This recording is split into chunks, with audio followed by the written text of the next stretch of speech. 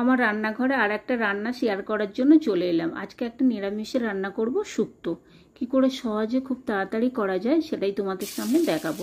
প্রথমে একটা কড়াইতে সরষের তেল নিয়ে নিয়েছি, তাতে প্রথমে ভেজে নিচ্ছি উচ্ছেগুলো। উচ্ছেগুলো বেশি লাল করে ভাজবো না, ঠিক এইভাবে হালকা করে ভাজা হয়ে এলে এবার এটাকে তেল থেকে তুলে রাখছি। এবার বড়ি ভেজে নেবো, বড়িটাকেও একটু লাল করে ভেজে নিতে হবে। শুক্তোয় যে বড়িটা ব্যবহার করব সেটাই আগে ভেজে তুলে রাখবো।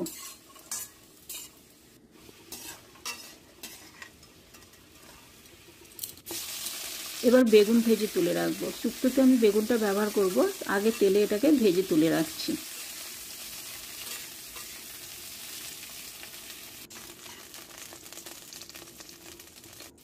এবার ওই কড়ার মধ্যে আবারও কিছুটা সর্ষের তেল দিয়ে দিচ্ছি, তাতে ফোড়নে দিয়ে দেবো শুকনো লঙ্কা গোটা আর 5 ফোড়ন।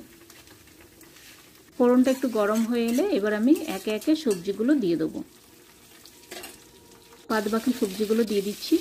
পেঁপে, গাজর, কাঁচকলা, ডাঁটা, রাঙালু, আলু, সব সবজিগুলো একটু ভালো করে তেলে ভেজে নিতে হবে।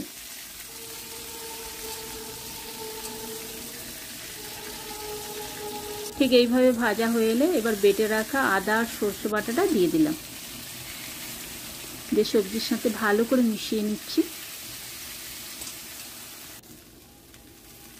ভালো করে মেশানো হয়ে এলে এবার দিয়ে দেবো পোস্ত আর কাজু বাটাটা। এটা দেওয়ার পরও আবার একটু নাড়াচাড়া করে নিতে হবে।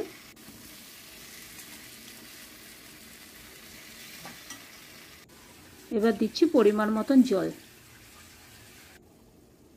অল্প নুন আর স্বাদ মতন চিনি দিয়ে ভালো করে নাড়াচাড়া করে এটাকে কিছুক্ষণ হতে দেবো। এইভাবে ঠিক এইভাবে ফুটে এলে আগে থেকে ভেজে রাখা উচ্ছে, বেগুন আর বড়িগুলো দিয়ে দেবো।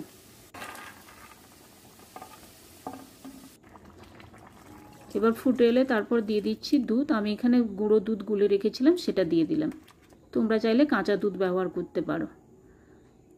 এবার শুক্তো নামাবার আগে আমি দিয়ে দিলাম 1 চামচ ঘি, আর রাঁধুনি ভেজে গুঁড়িয়ে রেখেছিলাম সেটা 1 চামচ দিয়ে দিলাম। কত সহজে তাড়াতাড়ি খুব টেস্টি একটা শুক্তো বানানো যায় দেখো।